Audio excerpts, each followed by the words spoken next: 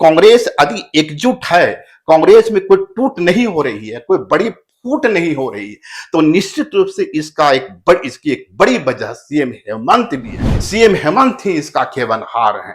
दावा तो यह भी किया जाता है कि सीएम हेमंत का एक इशारा हुआ और कांग्रेस में एक बड़ी फूट हो जाएगी। कांग्रेस को एक सीट दी तो जा सकती है, लेकिन चेहरा कौन होगा, उम्मीदवार कौन होगा, इसका अंतिम फैसला सीएम हेमंत के हाथ में। बोले राजू सुन भाई सखा, होई सोई जो हेमंत रची रखा। नमस्कार, जोहार, मैं हूं देवेंद्र कुमार। दोस्तों, करीबन करीबन एक माह के बाद झारखंड कांग्रेस प्रभारी के राजू आज झारखंड पहुंच चुके हैं। सीएम हेमंत के साथ उनकी मुलाकात हो रही है और दावे किए जा रहे हैं कि इस मुलाकात में कई बड़ी खबरें निकल कर आएंगी और सबकी निगाहें इस ओर टिकी हुई है कि कांग्रेस को एक सीट मिलती है या नहीं मिलती है। बड़ी चाहत है कांग्रेस की और अंदर से कांग्रेसियों की, भाई मुझे भी एक सीट चाहिए।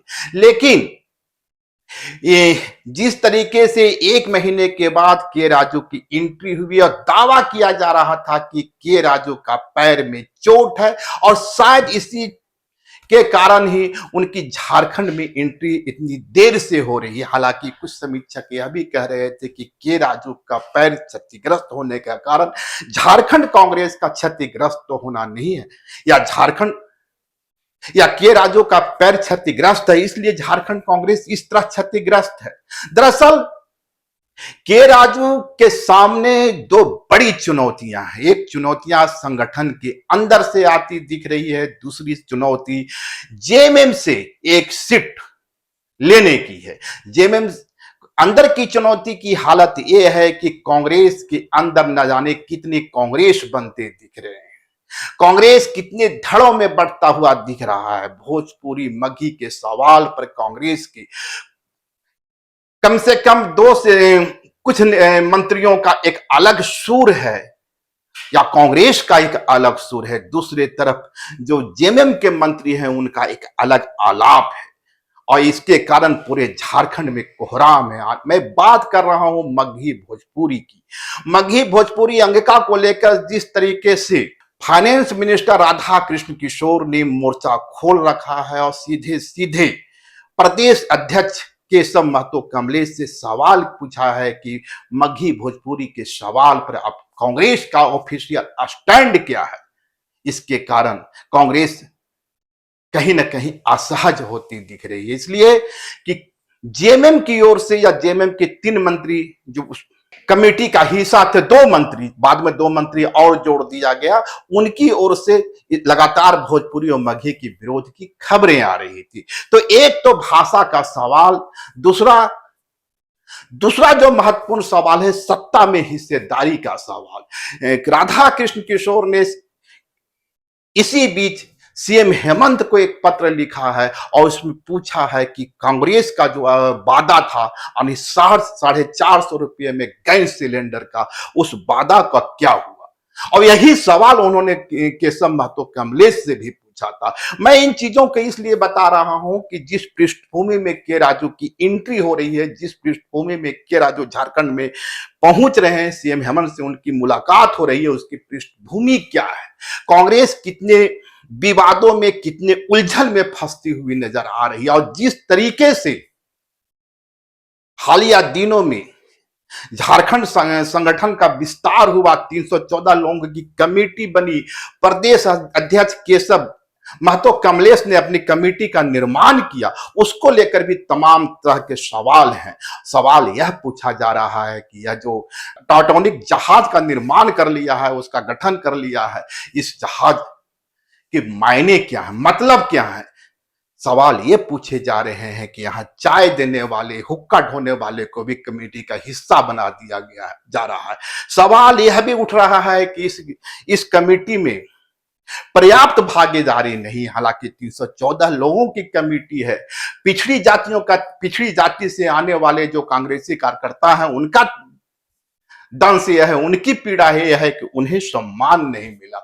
अगड़ी जाति के जो नेता हैं उनकी पीड़ा है कि उन्हें सम्मान नहीं मिला। यानी सम्मान की लड़ाई कांग्रेस के अंदर होती नजर आ रही है।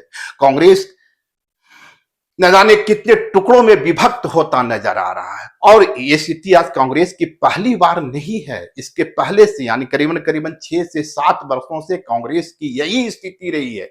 आपको याद होगा 2024 के पहले कांग्रेस के अंदर का वह दृश्य या कांग्रेस के बाहर का वह दृश्य, जब कांग्रेस के तमाम विधायक दिल्ली का दौड़ लगाते थे।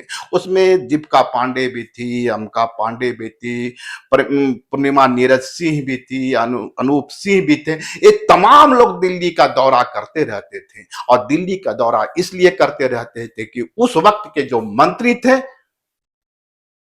उनसे उनकी अपेक्षाएं पूरी नहीं हो रही थी। कहा जा रहा था कि मंत्री उनकी सुनते नहीं हैं। कुछ यही स्थिति इस बार भी कांग्रेस के अंदर देखने को मिल रही है। आपको पता होगा, आपसे कुछ 2 या 3 महीना पहले कांग्रेस के 4 से 5 विधायकों ने दिल्ली दरबार में यह फरियाद लगाई थी कि मंत्री उनकी सुन नहीं रहे हैं। आज भी वो सवाल कांग्रेस के अंदर जिंदा है। तो इन तमाम सवालों के बीच के राजू की एंट्री हुई है। के राजू के सामने 2 महत्वपूर्ण चुनौतियां हैं। पहली चुनौती कांग्रेस संगठन को दुरुस्त करने की और दूसरी चुनौती राज्यसभा की सीट लेने की, जिस सीट को लेकर पेच फंसा हुआ है। हालांकि कांग्रेस यदि एकजुट है, 6 वर्षों से इतने उठापटक के बावजूद, इतने उथल पुथल के बावजूद यदि कांग्रेस एक है, तो इसका श्रेय कांग्रेस आला कमान को कितना है और सीएम हेमंत को कितना है, यह भी एक बड़ा सवाल है। क्योंकि कांग्रेस यदि एकजुट है, कांग्रेस में कोई टूट नहीं हो रही है, कोई बड़ी फूट नहीं हो रही है, तो निश्चित रूप से इसकी एक बड़ी वजह सीएम हेमंत भी है। जिस तरह पिछले दौर में या 2024 के पहले माइनॉरिटी सरकार चल रही थी, माने सरकार के पास बहुमत तो था, लेकिन इतना अल्प बहुमत की सरकार थी कि यदि कांग्रेस के अंदर एक टूट भी होती तो पूरा सिरमा बिखर जाता। उस दौर में याद कीजिए कि कांग्रेस के अंदर से बिरसा कांग्रेस की बातें हो रही थी। कांग्रेस का एक धड़ा, एक ऐसा धड़ा भी था जो मौजूदा कांग्रेस से अलग होकर के एक बिरसा कांग्रेस की स्थापना करना चाहता था। वह धड़ा आज भी कांग्रेस में मौजूद है। एक धड़ा ऐसा भी था और आज भी है जिसे लगता है कि सीएम हेमंत ही इसका केवनहार है। दावा तो यह भी किया जाता है कि सीएम हेमंत का एक इशारा हुआ और कांग्रेस में एक बड़ी फूट हो जाएगी। एक धड़ा वैसा भी है जो खाटी कांग्रेसियों का है। इसमें आप केशव महतो, कमलेश सहित कई लोगों का नाम गिन सकते हैं, दीपिका पांडे का नाम इसी में गिन सकते हैं, तमाम लोग इसमें हैं। शिल्पी नेहा तिर्की है जो मानती है कि कांग्रेस का रहना झारखंड में बेहद जरूरी, और कांग्रेस वे मूल कांग्रेस के साथ नजर आते हैं। यानी कांग्रेस में 2 से 3 धड़े हैं। एक झारखंड बिरसा कांग्रेस वाला कांग्रेस, एक कांग्रेस हो जिसे सीएम हेमंत की कांग्रेस बताया जाता है, एक कांग्रेस हो जो खाटी कांग्रेसियों की पार्टी है, खाटी कांग्रेसियों का पार्टी है। तो इस तरह कांग्रेस के अंदर तमाम मतभेद हैं, तमाम चुनौतियां हैं, तमाम बिखराव हैं। और निश्चित रूप से कांग्रेस यदि अब तक एकजुट है तो उसका कारण कहीं ना कहीं सीएम हेमंत की राजनीतिक कौशलता है। हालांकि प्रत्यक्ष रूप से कहें तो के राजू के सामने इस तमाम चुनौतियों को, इस तमाम बिखराव को समेटने की जिम्मेवारी है। देखना होगा के राजू आज आए हैं तो वे किस तरह इस विवाद का, यानी संगठन के अंदर के विवाद का समाधान निकालते हैं। लेकिन बड़ा सवाल फिर से वही है, के राजू क्या सीएम हेमंत से राज्यसभा की एक सीट लेने में सफल हो जाएंगे?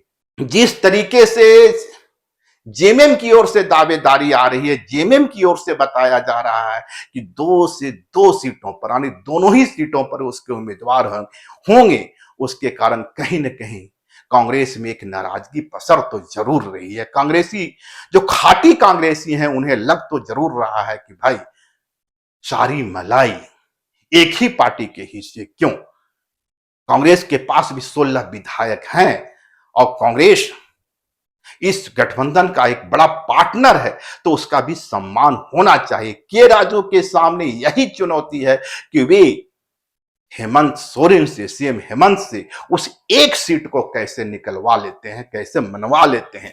हालांकि जो अंदर से खबरें आ रही है वो बता रहे हैं कि बातें बन सकती है, यानी कांग्रेस को एक सीट दी तो जा सकती है, लेकिन चेहरा कौन होगा, उम्मीदवार कौन होगा, इसका अंतिम फैसला सीएम हेमंत के हाथ में होगा। और यहीं से कांग्रेसियों के अंदर एक आस जगती नजर आ रही है। हालांकि राजनीतिक गलियारों में कई तरह की चर्चाएं भी चल रही है। चर्चा यह भी है कि एक थर्ड पार्टी की एंट्री होगी, यानी प्राइवेट पार्टी की एंट्री होगी, और प्राइवेट पार्टी की जो एंट्री है वह सारे समीकरणों को बदल देगा। प्राइवेट पार्टी की एंट्री इसलिए इस लिहाज से कि कोई ना झारखंड कांग्रेस का उम्मीदवार होगा, माने कांग्रेस का घोषित उम्मीदवार जो होगा वो तो होगा, भाजपा का जो उम्मीदवार होगा वो होगा, एक तीसरा यानी परिमल नाथवानी की भी चर्चा हो रही है। और कहा जा रहा है कि यदि परिमल नाथवानी की एंट्री हो गई तो सारे खेल बिगड़ सकते हैं, और शक की सुई कहीं न कहीं जेएमएम की ओर भी बढ़ती हुई बताई जा रही है। दावा किया जा रहा है कि अंदर खाने कुछ और भी खेल हो सकता है, कांग्रेस को का पर कतरने के लिए कुछ प्रयास किए जा सकते हैं।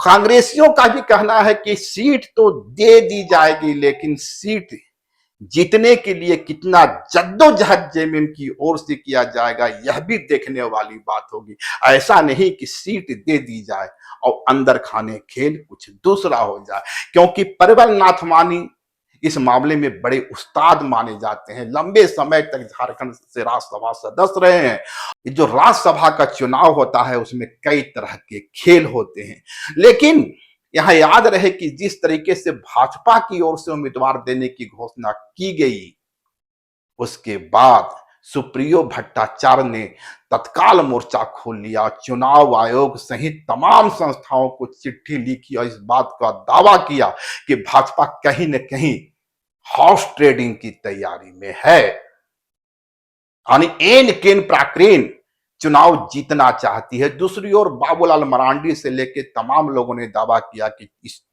लोकतंत्र में किसी को भी चुनाव लड़ने का हक है। मेरे पास 21 और 4 25 या 3 24 विधायकों का समर्थन है।